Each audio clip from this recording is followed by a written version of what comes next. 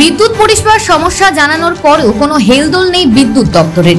যদিও এই বিদ্যুৎ পরিষেবার কারণে চরম সমস্যার মুখে পড়তে হচ্ছে এলাকাবাসী থেকে মাদ্রাসার ছাত্রছাত্রীদের। ঘটনার প্রতিবাদে গাজল থানার অন্তর্গত সৈয়দপুর এলাকায় মালদা বালুরঘাট 512 নম্বর জাতীয় সড়ক অবরোধ করে বিক্ষোভ এলাকাবাসীদের।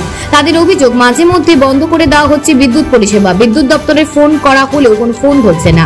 কেউ এলাকাবাসীরা বারবার বিদ্যুতের সমস্যার কথা জানালেও এই সমস্যা সমাধানের কোনো হেলদোল নেই, যার কারণে এই দিন গাজল ব্লকের এই এলাকায় বিক্ষোভ প্রদর্শন করেন এলাকাবাসীরা। ঘটনার খবর পেয়ে পৌঁছায় গাজল থানার পুলিশ। অবরোধকারীদের সাথে দফায় দফায় আলোচনা করে পুলিশ। আশ্বাসে অবরোধ প্রত্যাহার করে এলাকাবাসীরা।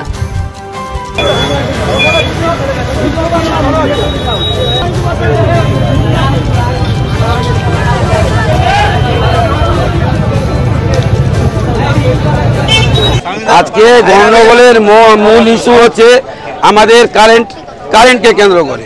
মাঝে মধ্যে কারেন্ট থাকছে না। ইলেকট্রিক অফিসে ফোন করছি, ফোন ধরছে না। ফোন যদিও লাগছে, ফোন ধরছে না, অথবা ফোন তুলে রেখে দিচ্ছে, ব্যস্ত বলছে।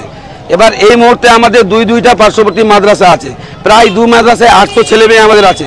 ওদের রান্নাবান্না, ওদের স্নান, ওদের জল পান করা, এই বিভিন্ন কারণে আমরা এই গ্রামবাসী মিলে পথ অবরোধ করতে বাধ্য হয়েছে। এখন আমরা চাইছি যে আমাদের কারেন্টটা আগে যেটা ছিল গাজল ফিডারের সাথে যুক্ত, সেইভাবেই যুক্ত করে দেওয়া হোক। পাথর ছাড়াই প্রতিকার সম্ভব।